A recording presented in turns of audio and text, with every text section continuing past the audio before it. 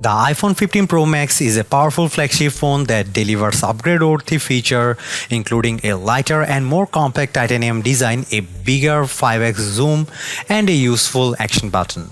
The A17 Pro chip is the fastest around and enables console-quality gameplay while the battery lasts an epic 14 hours. Our only complaints are slow charging via USB-C and a not quite great digital zoom. The action button, which replaces the ringer switch, is one of the best and also most frustrating things about the iPhone 15 Pro Max. But let me start with the good news. The button still silences calls with a long press if you have the silent mode setting assigned. But in the setting app, you can configure the action button to launch all sorts of things, including the camera, voice recorder, flashlight, translate, and more. You can even pick specific actions from within an app, like launching right into a selfie with the camera app. If you want even more options, the action button works in sync with the shortcut app, so you can assign it launch any app you want with a long press or create shortcuts to do things like messages, a specific contact, which is nice to have when I want to let the family know I'm on my way home or running late. My problem with the action button is that it supports only one function at a time. So if you want it to launch the camera, you can't use it also mute calls. My advice to Apple would be to let people perform app shortcuts with a double press and keep the long press for silent mode. There is actually not that much new with the iPhone 15 Pro Max's display, with the exception of thinner bezels around the 6.7-inch OLED panel. Apple says you still get 1600 nits of peak brightness and 2000 nits outdoors. The ProMotion display continues to offer 120Hz refresh rates, so you get smoother scrolling and animations. And with the always-on display, you can still check notifications, the time, and more without having to unlock your iPhone. I also continue to appreciate the dynamic island. It's easy to get real-time updates at the top of the display, such as status of my Uber ride, my United Flight status, or easy access to my Spotify playlist.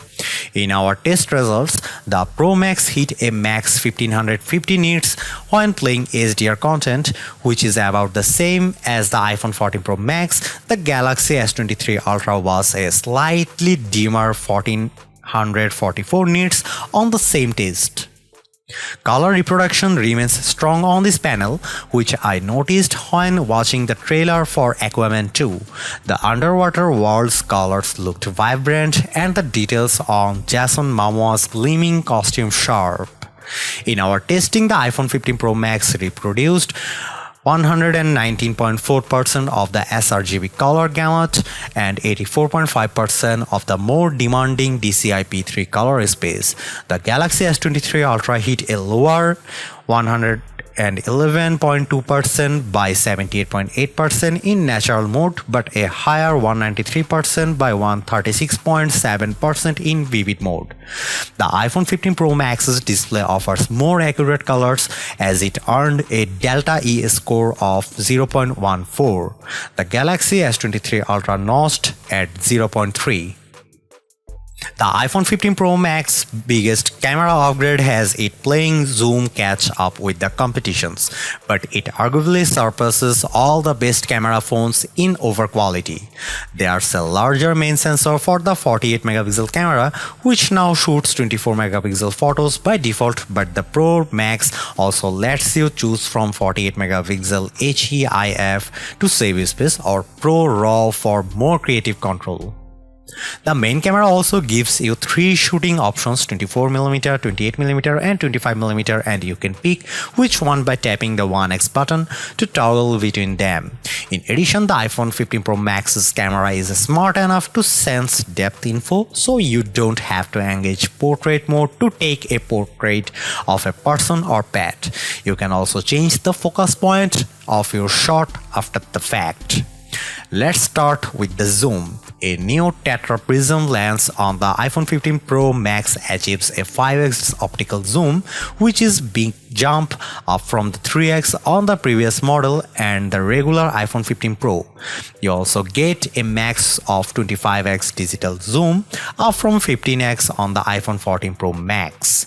In our side-by-side testing the Galaxy S23 Ultra, the iPhone 15 Pro Max delivered a sharper and warmer picture at 5x, but at 25x digital zoom, the iPhone's shot has more noise and less definition than Samsung's. What impresses me the most is the iPhone 15 Pro Max night mode performance, as you'll see in these comparison shots. Last but not least, the iPhone 15 Pro Max's ultra-wide camera gets a modest upgrade with a new anti-reflective coating. It does a great job handling the sun coming in from the left side of the frame with a nice gradation of colors in the blue sky, and both the wooden posts in the foreground and the building on the right look sharper. The warmer color profile might not be for everyone though. The iPhone 15 Pro Max packs a number of video upgrades. Cinematic mode now supports digital zoom up to 3x, and pros will appreciate the ability to export ProRes footage via USB-C at up to 4K and 60 frames per second.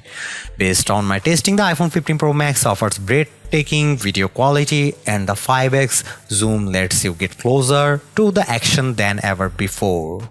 Check out this 4K clip.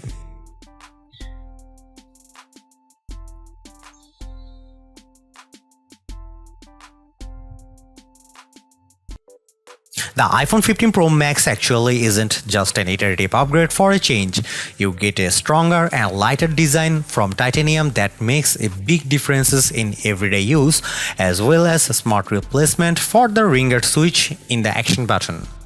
Based on my camera testing, the iPhone 15 Pro Max arguably offers the best photo quality around, especially in low light, and the bigger 5x zoom is a great upgrade I have been waiting for, even if the digital zoom could be a bit sharper.